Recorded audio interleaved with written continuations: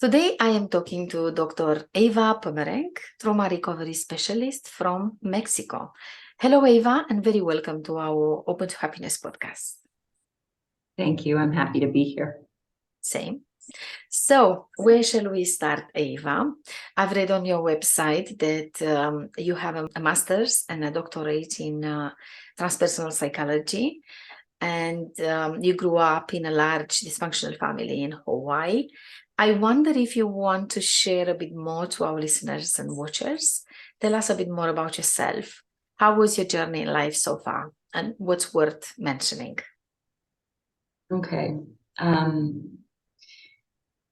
I see myself as being pretty unremarkable in a lot of ways, in the sense that I've gone through a lot of trauma and had to do my own work to heal and to become somebody who's more deeply myself and more deeply in service in a way that's that feels productive or helpful for myself and the world. And I also went the route of academia and have these degrees, and I'm a professional. So what I'd like to add here is I'm somebody who has always been interested in how to feel more deeply connected. So connected to nature, connected to other people, connected to myself. That partly comes from an incredible amount of trauma and the dissociation that comes with that, as well as growing up in a home environment that there was pretty chronic disconnection and dissociation through both my parents being pretty heavily traumatized individuals, as well as living in a pretty isolated way within my family.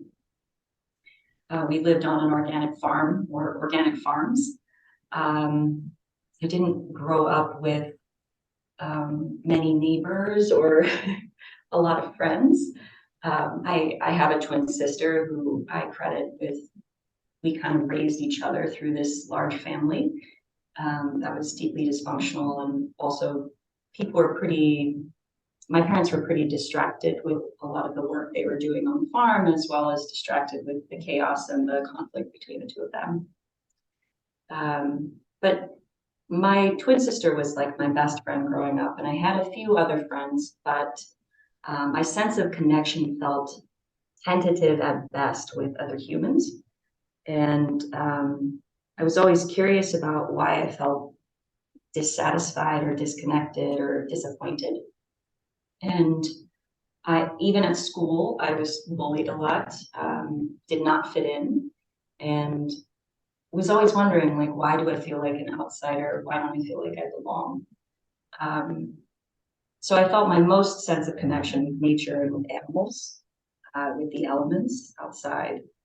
And as time went on, I got very much into learning, as well as being a high performer with athletics as well as academia, to get a sense of well-being and worth and a sense of meaning. And then also got very much into learning different things creatively, or learning things like astrology and different personality typologies, stuff like that, which eventually led to me getting into the field of psychology and also spiritual development work, stuff like that. I think in general, that's kind of like a little bit about myself, where I come from. It sounds amazing. I'm actually very interested to learn a bit more about that. Why from psychology study transpersonal psychology. So maybe you want to share now what particularly inspired you to transcend the limitations of the science of all of these theories that we learn in the psychology schools. What was it in there for you? What did you feel? What did you experience? What was this connection with the world, with the nature, with the ecosystem, with the universe? leading you, inspiring you to do further, which I would imagine has informed and still informs your work.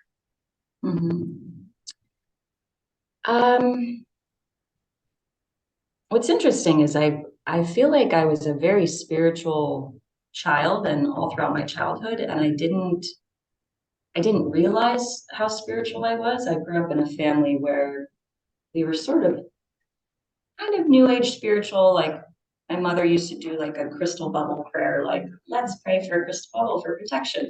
And I didn't know where that came from or what that was about. But generally speaking, you know, I was around a lot of like new agey spiritual people where I grew up when I was trying to be in community, but I didn't consider myself a spiritual person, or, you know, I was very much into getting direct results, or doing very physical things, like things I could figure out, and spirituality was not one of them.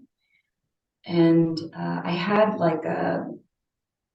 a really bizarre transpersonal experience when I was 17, where my guidance counselor at school, who I would never go to, she called me in and recommended that my twin sister and I go to a college and career fair. And I was on the island of Kauai.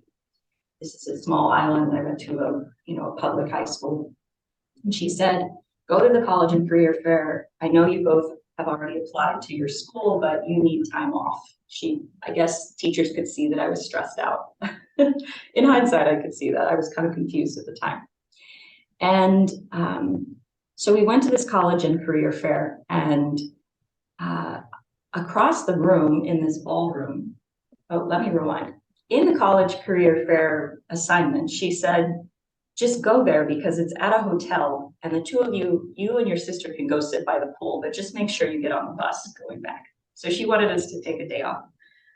So being the overachiever, gifted child that I was, that felt guilt about not like being productive somehow, I decided to go into the ballroom and first check out all the different colleges and that were giving pamphlets and stuff.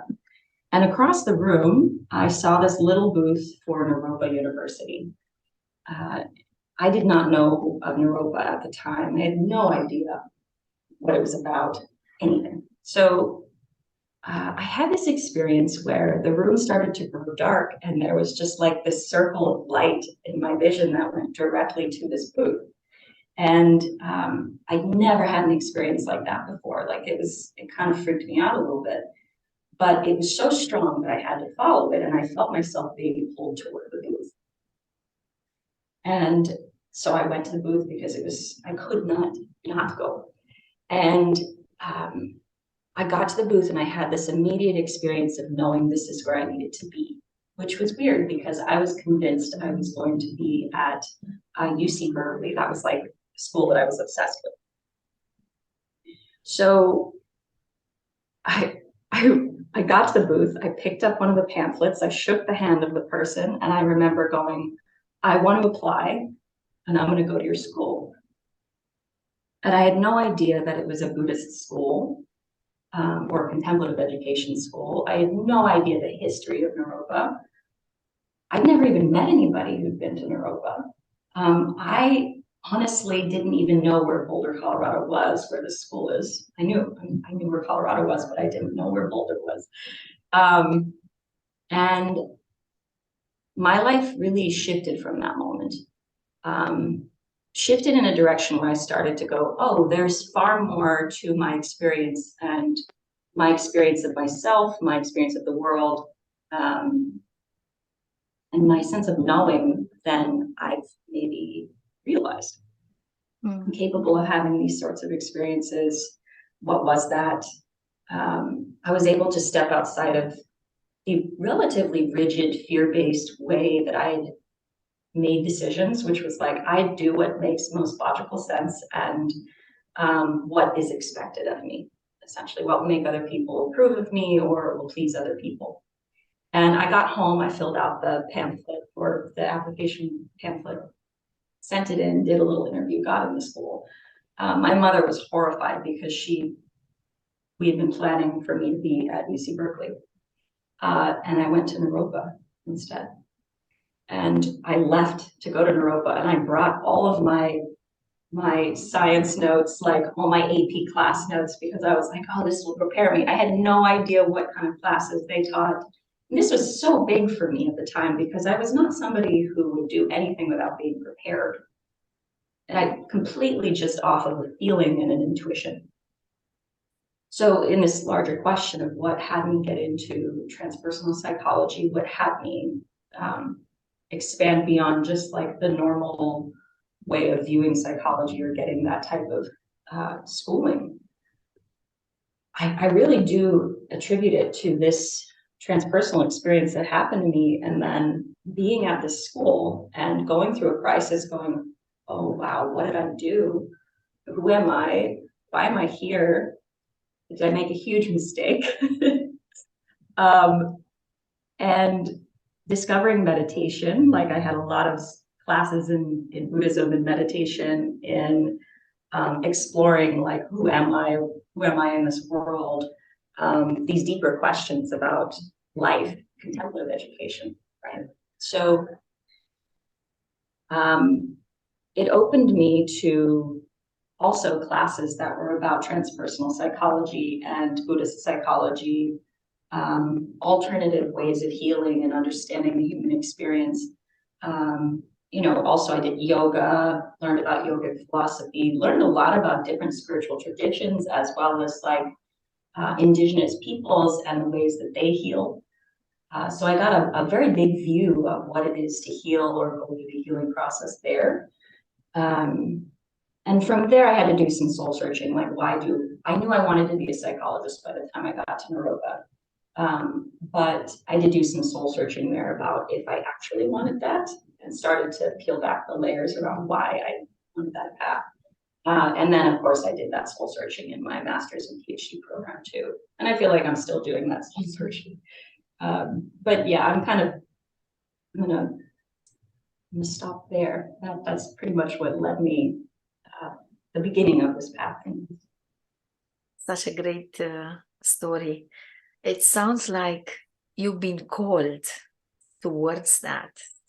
And you followed your intuition at the same time, and you responded to that calling. Yeah. It's so, so lovely.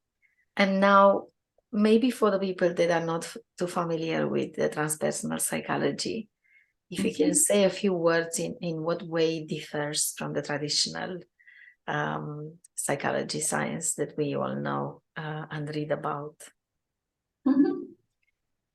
So transpersonal psychology has several definitions. The way I've come to view it is it's psychology that seeks to hold multiple angles for understanding the human experience and seeks to use multiple methods for how to help people heal. And transpersonal literally means beyond the person. So it's not to say that transpersonal is against things like cognitive behavioral therapy or, psychoanalysis, what have you. It's transpersonal psychology is actually grew out of the humanism movement. And it just seeks to acknowledge that we are complex beings as individuals and as groups globally, and that there are nuanced ways to understand what we're considering a problem or what's problematic. And I love transpersonal psychology because it usually includes conversations about spirituality, altered states of consciousness, paranormal or psychic or extrasensory experiences, and then alternative methods of healing like creative expression or movement or somatic treatments. So it's like an expand and include type term for how to look at humans and the psychology of humans. Wonderful. So now you're studying this. It's a proper course. It's a doctorate. you're qualifying. How is this helping you answer, as you mentioned at some point in your writings, your most fundamental existential question, which is, how do I find true happiness? Has this study, been helpful in any way? Yeah. How do I find happiness? I'm still trying to answer that question. And I've come to a point of peace about that. Ask me 5 years ago and I would have been like, why haven't I discovered yet the secret to happiness? And I used to think the secret to happiness was healing all of your trauma, and just healing all your issues. And then I was like, oh, wait, I still have issues. But I think healing does help with happiness. So anyways, could you ask me the question again in a different Let's way? rephrase it. What is your relationship with happiness? What has been and what is your relationship with happiness these days? Throughout your studies, I would imagine that you're looking at this concept of happiness from multiple angles. Yeah. Yeah. I remember being relatively happy in early childhood and then becoming very, very unhappy. And then I've struggled with severe darkness based on the different types of severe trauma I have. I used to think it was just depression, but then I was able to lift up the blanket or the veil of depression and go, well, what is this really? And I've had to do a lot of grieving. I've had to do a lot of trauma healing work. I've had to work with coming out of dissociation. I've had to really, this search for happiness has been a preoccupation of mine because I used to associate happiness with an absence of pain or suffering. And then over time in my healing process, I began to realize it's not just an absence of painful or difficult feelings or experiences. It's also an orientation and a way of existing. And I'm still expanding on what that is, but I'd say that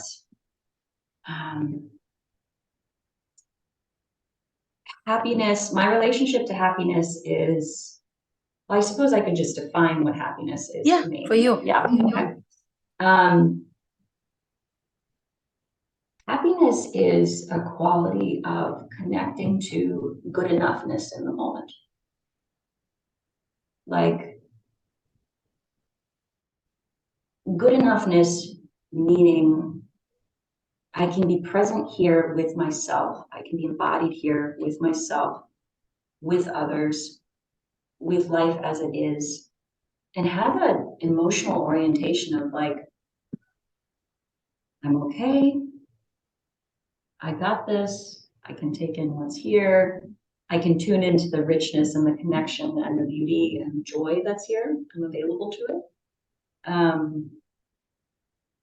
But I see that there's something about happiness where it's not necessarily conditioned on controlling all the factors in my environment that would bring me happiness, so to speak.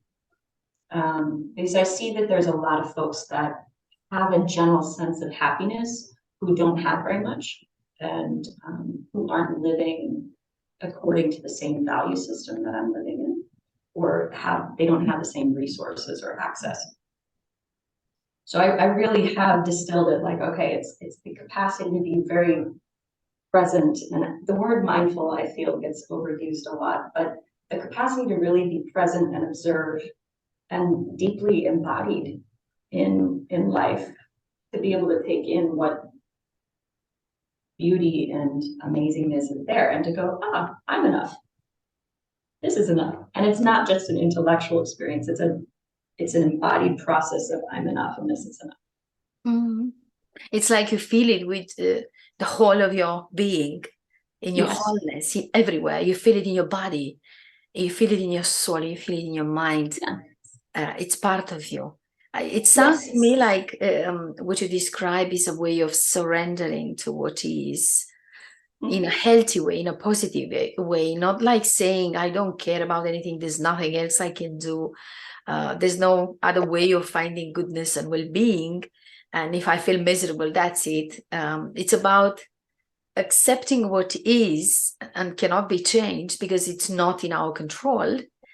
And at the same time, feeling at peace with what is and feeling grateful with everything that is life is in itself, isn't it? The being, not necessarily focused on doing and achieving and having, and that's what we really focus on in our modern life.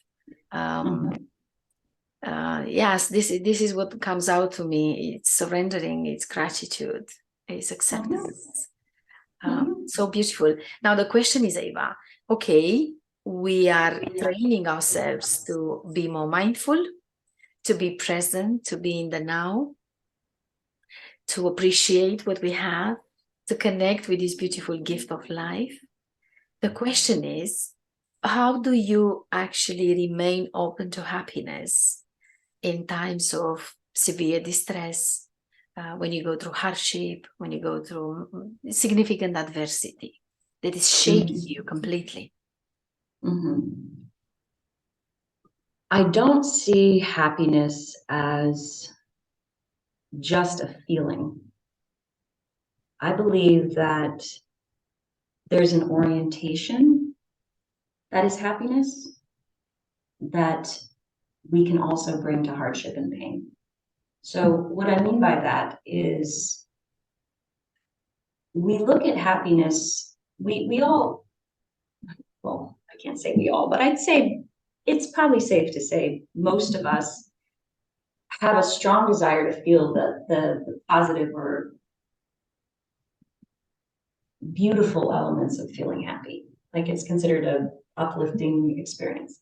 But actually, I think the other side of the coin for happiness is being able to bring an orientation of kindness and love to whatever experience we're having. This is the thing, the key that has shifted so much for me in my own healing is when we can allow what is and do different types of healing to build our capacity to really be with what is. Not just intellectually be with it and rationalize it, but to really be with what is and fully face it and bring sweetness and kindness and self-forgiveness and a love to whatever part of us inside that feels scared or overwhelmed. This is happiness too. And it's amazing how quickly we are able to shift into a space of a more, when we talk about nervous system stuff, a more regulated state, a more peaceful state, when we're able to address all parts of us internally that are essentially freaking out because we're terrified, right? Yeah. When you can bring this presence combined with this love and this care and this curiosity, this witnessing internally, that is happiness too. It's not feeling the immediate emotion that comes with happiness, but it's part of the orientation. So many people get caught in this black and white thinking about happiness of like, well, I have to force myself to just be happy and be in this like static state of happiness. And it's like, well, actually, you can't. Happiness isn't authentic or genuine if you can't be having the human experiences of pain and fear and challenge that come with being here on this planet. It's just, otherwise, it's like I'd say what people are calling happiness is escapism or a form, like a compulsive form of positivity. So it's pain and hardship is not opposite to happiness. I just don't see it that way. Yeah. I feel like I'm hearing you. I get what you mean.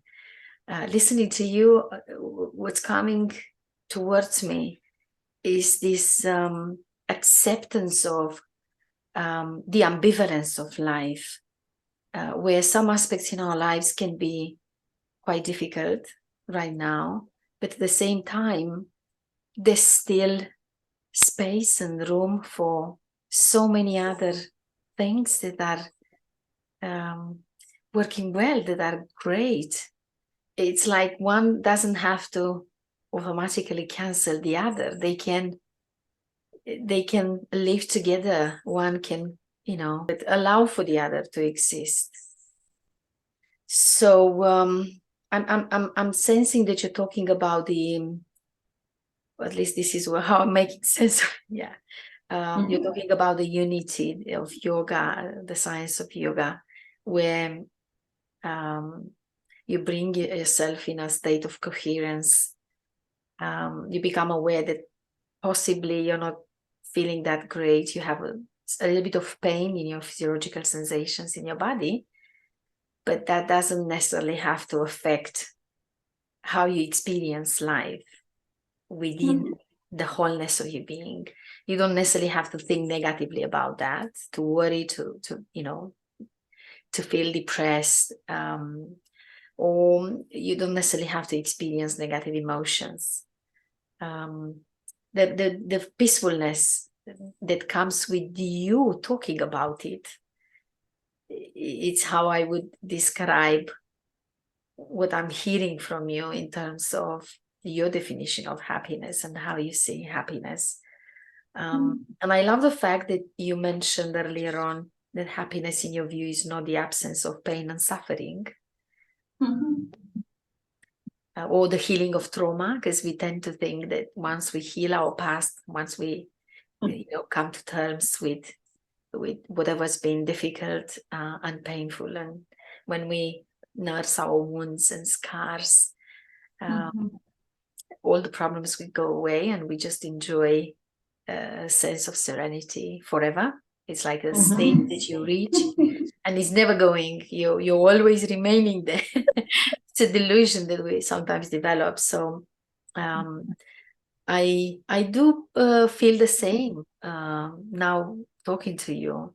I'm realizing that I also believe that happiness is not necessarily the absence of pain and suffering, or the end of trauma, or the healing of trauma. So now let's move gently into the direction of trauma. I'm a survivor of childhood trauma myself. I work with people that have been through some of them quite severe, quite complex trauma. I'm very passionate about unpacking this and understanding this, and I'm writing a book about this. I'm researching. My life is a lab. It's a living lab. I surround myself with all of these tools to make it possible. So now, Ava, tell us a little bit about your understanding of trauma first. And if you can say a few words, if you're interested in transgenerational trauma as well, which is the core of my work, I'd love to hear some words around that as well. Thank you. Okay, so I come from the place where I believe we all have trauma to some degree. I have yet to meet a person on this planet who doesn't have trauma. That feels important to say. Additionally, I think we talk a lot about trauma, and that's been like a really hot topic, I'd say, in the past, in pop psychology, in the past like 5 years especially. But really, when it comes down to it, all animals have the capacity to have trauma responses and to have trauma. And our bodies, our brains, our central nervous system, the brain, and peripheral nervous system, the body, we are built in such a way to have these trauma responses or experience things as traumatic. And another way to say this is we are built to have stress responses. And we are built to encode memory in certain ways based on the frequency, the duration, the intensity, the level of stress or threat that we experience from whatever we're labeling traumatic. It's important to say this because I've met people who are like, oh yeah, I don't have trauma. And I'm like, oh, do you? You don't have trauma. Interesting. Okay. Like my ears sort of like perk up a little bit when I hear somebody say that. But on a basic level, we are created in such a way where we respond to threats for security, safety, threats around identity, threats around connection.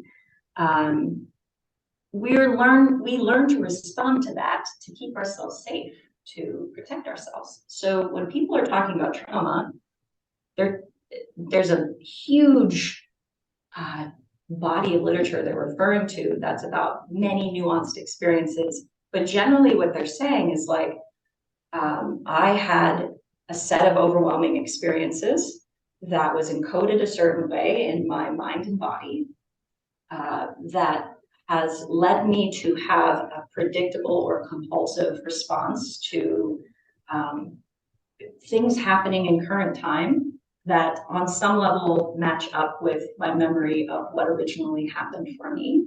And because of that, because of this compulsive response I'm having, there's kind of like a pattern of how I will perceive the world, perceive myself, a patterned way in which I will act or respond. Or, you know, I like to call it the distortion field. Like when trauma gets triggered, there's a very distorted way that we respond because our focus is not on seeing things adequately as they are. Our focus becomes wrapped up in how do I protect myself? How do I preserve some sense of identity or well-being? So trauma can be these responses that we refer to as fight, flight, freeze, or fawn responses, which I know that you know all these things, but more for the listener. Absolutely. And you can have both adaptive and maladaptive responses with trauma. So an adaptive fight response, for instance, would be to really clearly set a boundary. A maladaptive fight response would be to fight somebody physically, right?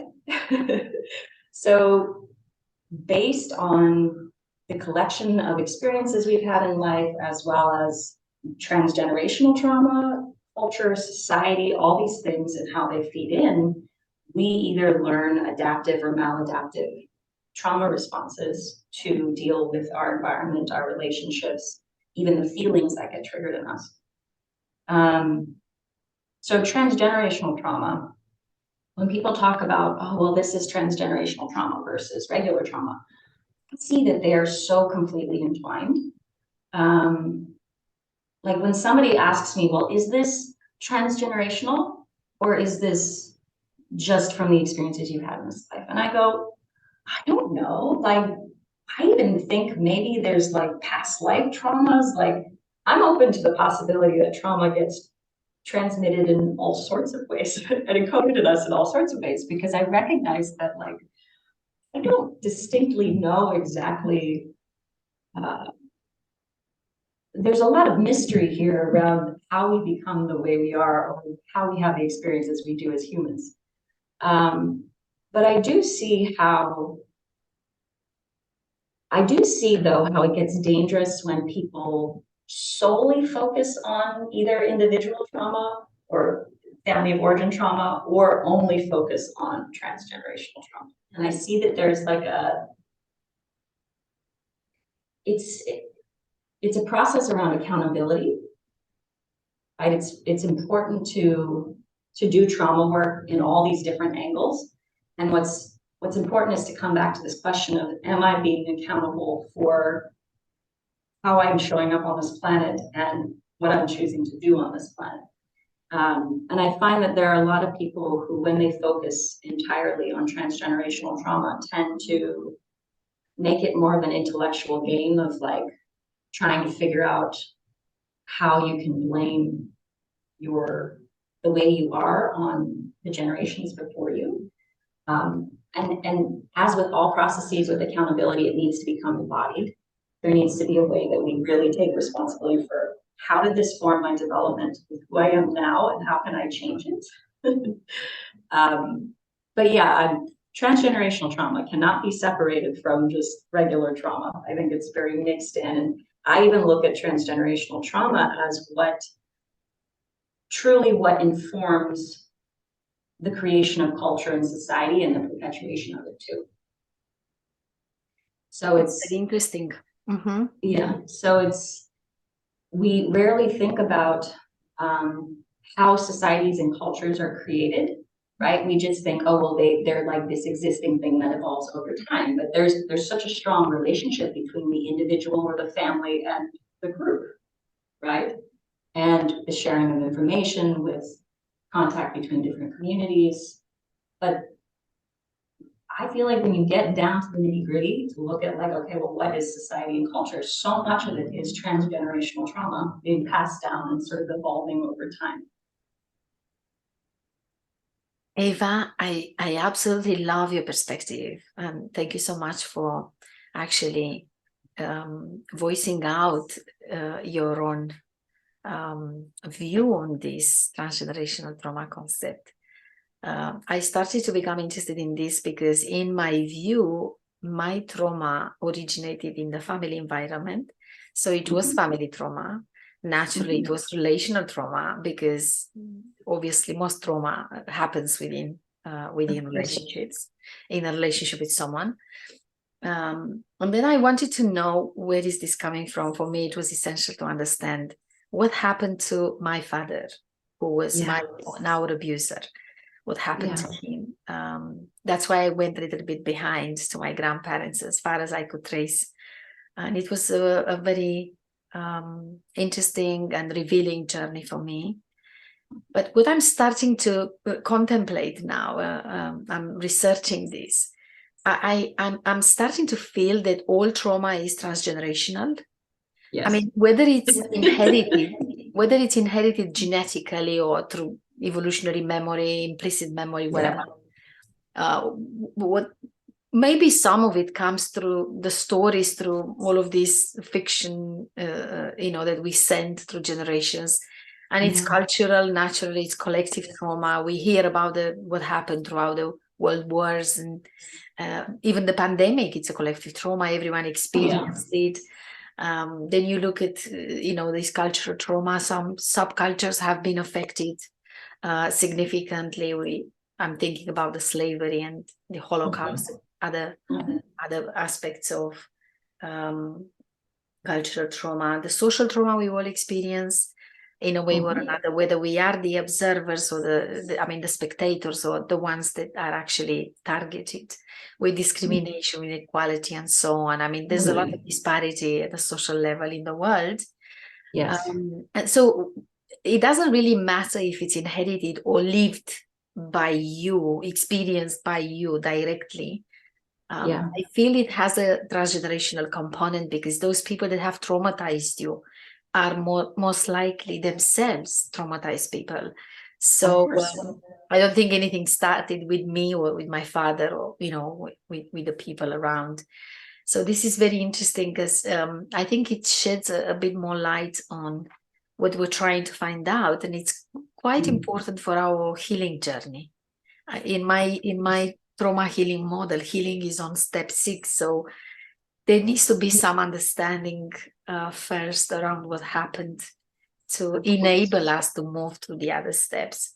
So I appreciate the fact that you're talking about taking responsibility for your actions, because in a way or another, I also believe that whatever happened to us, I genuinely agree with your comment that everyone probably has been traumatized, whether they acknowledge it or not. That's another matter. Whether they permit themselves to, take that journey within and self-inquire again, it's a personal choice. We can't force people to go and check for reasons to feel upset. There is a time, there is a path for every single one of us. Yeah, probably we're waiting for the right time. Maybe it's not happening within this life, who knows? Yeah. So yes, I feel that it was important what happened to it is important what happened to us, but that's not the end of it. I don't think that healing can really take place if we don't learn that we now carry the potential for passing this trauma further unconsciously. So yeah, it's important to take responsibility, and I ideally stop passing trauma to the next generations, because I'm noticing that at the collective level we are more aware, we are more conscious. We started the conversation, so we're talking about it, so that's important. So now, if you can say maybe, Eva, a few words about your learnings in terms of the impact of trauma or transgenerational trauma on us all. What have you learned working with your clients? The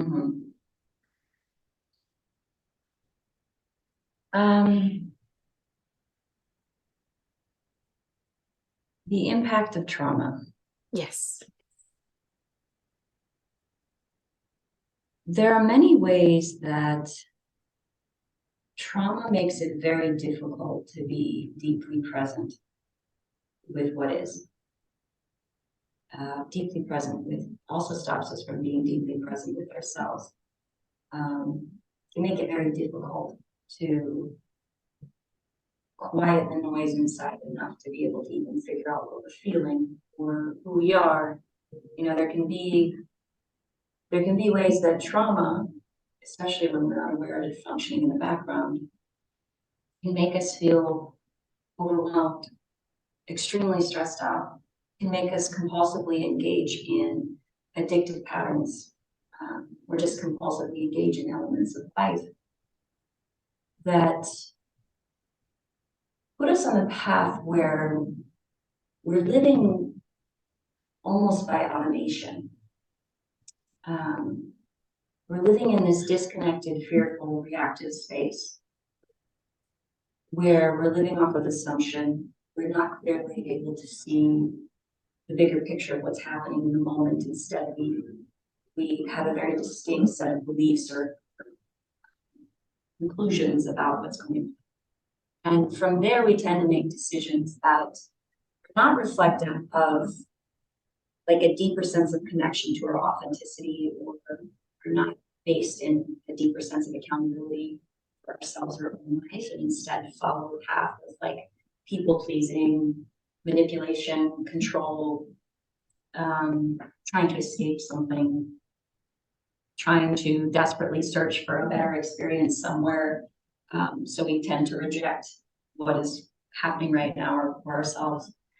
And I see this with clients over and over again where, you know, the biggest question that I get when people come to me is like, how come I can't create the life that I live? And I'm like, well, let's really unpack what this life is you want to live, right?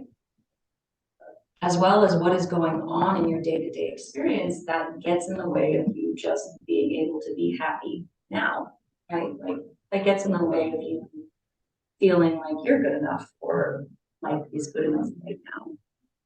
Because when you are trying to heal or make changes from a space of trying to avoid yourself, being self-aggressive,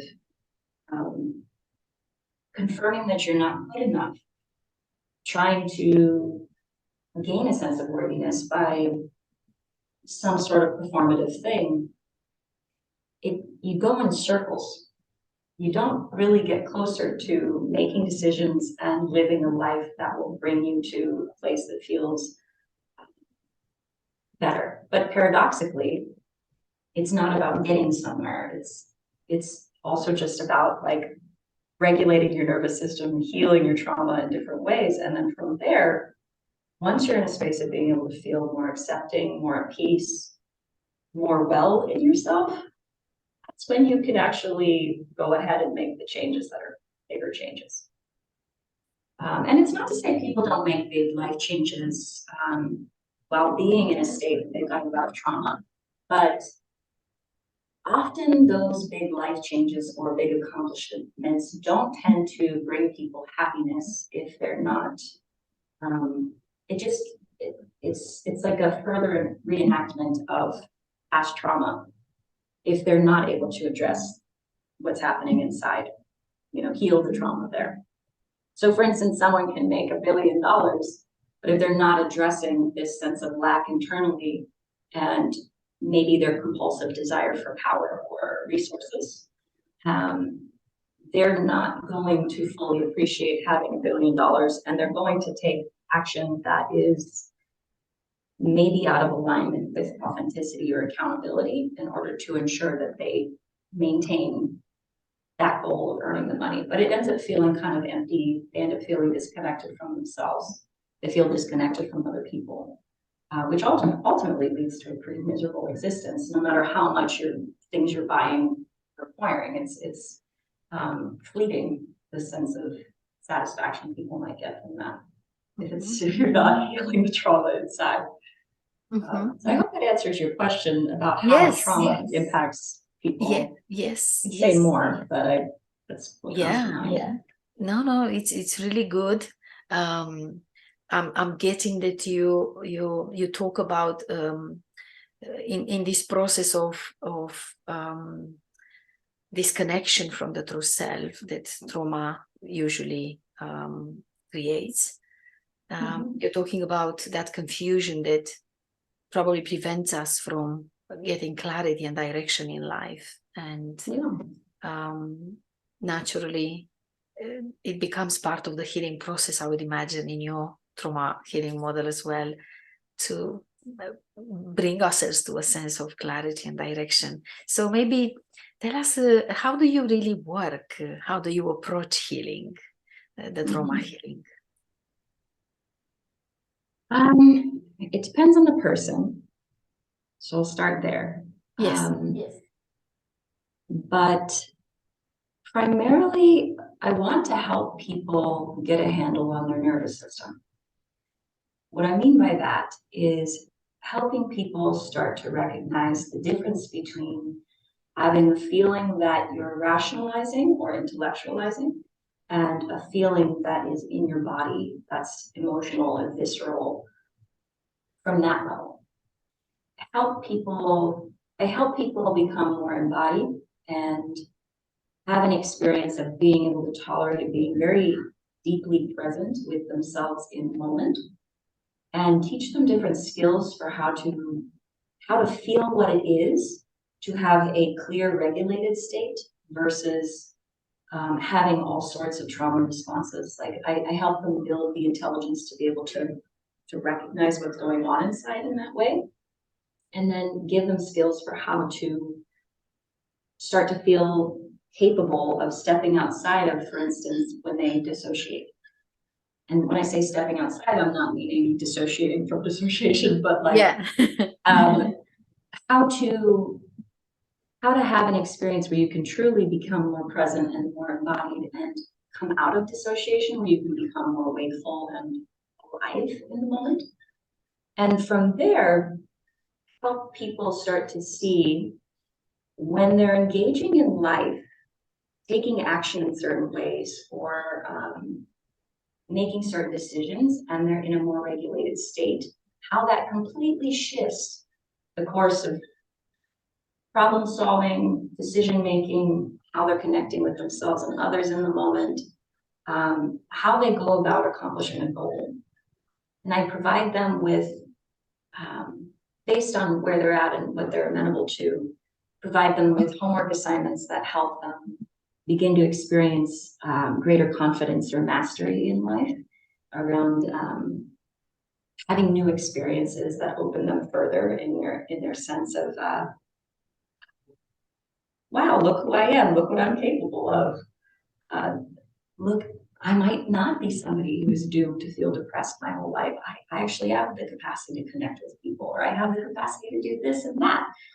I have the capacity for joy. So give them assignments that help them have new experiences and help them build a greater sense of openness and receptivity to the gifts on this planet for them. So the gifts in the sense of what resources are actually available to them. You know, it can be yoga classes or connection with different people or new novel experiences, learning new skills, what's available to them to be able to experience the world in a way where you're not relating to it as though it's a world that you have to protect yourself from, but actually a world that has opportunity that you can engage in and be really present with. And then from there, I help people from this whole process, people get greater clarity of who they are, what they've been through, where life is going for them, where they want it to go, how to be more choiceful with that.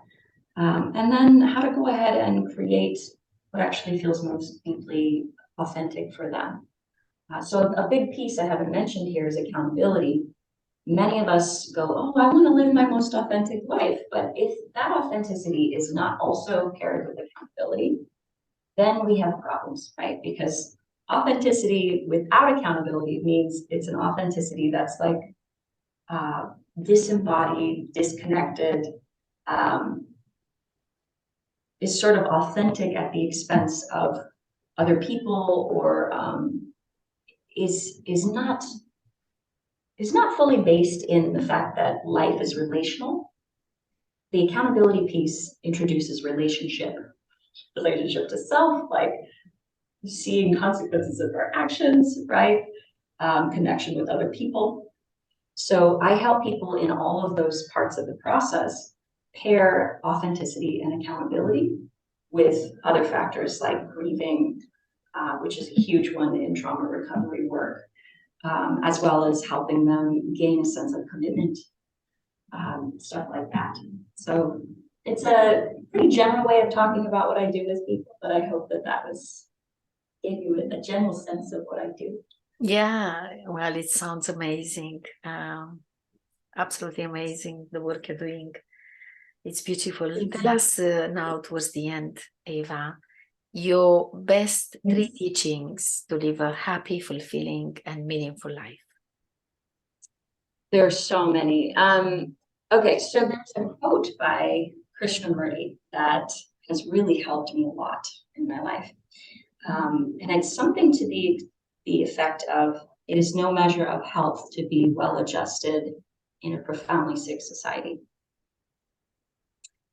This quote is connected to a collection of important teachings. Granted, I want to be very mindful of elevating any teacher to a level of guru or God. They are all human, and many people who end up in this position, spiritual teachers end up, being canceled or revealed as being disturbed in many ways. So again, it's this quote and the teachings and not the teacher. So what's really important about this quote is it points to the fact that many of us spend our whole lives feeling like, I am so messed up, if I could just fit into society. And knowing, a little bit of my history where I felt like I never belonged, I spent so much time putting pressure on myself to just try to be happy and fulfilled in the options that were provided for me, and to just be satisfied, right? And I had to come to a point where I realized that most societies are not functioning from a place of deep authenticity and accountability. They're actually functioning from a place of being really caught in trauma responses and self-protection or perceived threat. So it was like an act of self-love and self-acceptance to be able to go, hold on. To be well adjusted here might actually mean that I'm letting go of really important elements of the wisdom I carry and rejecting parts of who I am and suppressing different parts of who I am, or letting myself be oppressed in certain ways. when actually maybe I need to love myself more and accept that I am who I am. This part of the healing journey can be a huge turning point for people to be able to recognize, like, oh, I don't need to learn how to be okay with working an 80-hour-a-week job, or even 40 hours. I don't need to learn to be okay sitting in front of a computer all day long, and just following society's model of what I should need as a human. Maybe I can start exploring what actually feels natural and good to me. The second one, something I spoke to with accountability and authenticity. So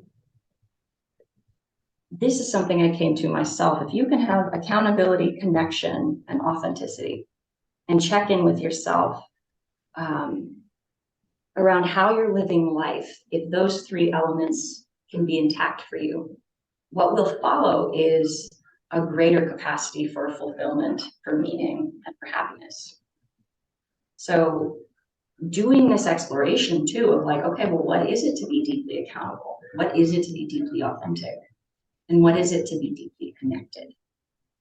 If you can follow those in your explorations, it will guide you to greater fulfillment, meaning, and happiness. And then the third one, which is connected to the other two, but I think it's worth creating its own answer for, is many of us in the self-help world who are trying to work on ourselves come from this fundamental belief that I am not good enough and there's something wrong with me and I'm broken. And I like to say to people, have a willingness to suspend disbelief that you are perfect just as you are. So healing trauma, and particularly shame, fear, and perfectionism, is important in this arena. But when you explore being perfect just as you are, it helps you bring a presence to the work that you're doing on yourself that can help you get much more of a sense of meaning, purpose, and fulfillment than if you're working and tirelessly from this place of, I'm not good enough, I'm messed up, I'm broken. And it relates to what I said earlier in the very beginning. Being able to bring this space of self-love and self-acceptance to the work that you're doing, which goes, maybe I'm okay just as I am.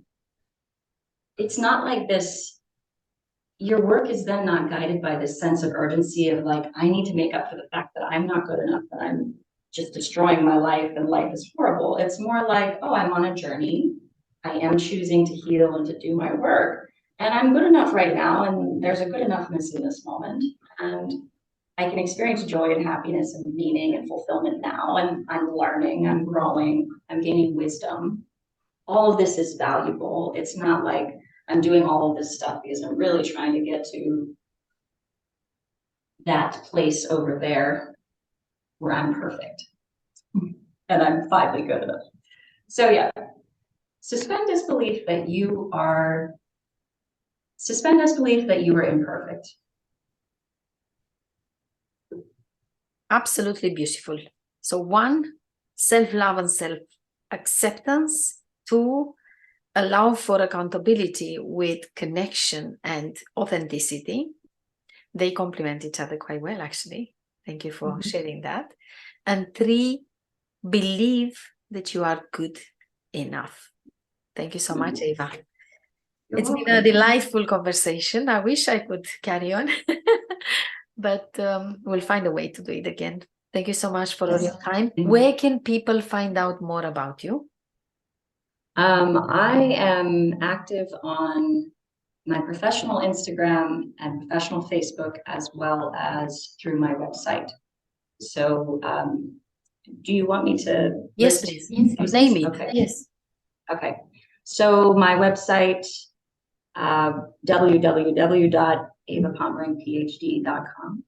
And then also on my Instagram, which is at Dr.Pommerenk. And then Facebook,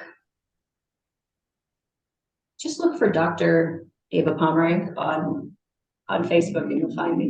Yes. And you can reach out to me through either of those platforms and message me if you have any questions or if you're interested in possibly working with me too. Thank you so much. I'll leave the website link in the notes anyway. That's it for now. Thank you so much, Ava. It's been wonderful to meet you and talk today. All the best for now. Thank you.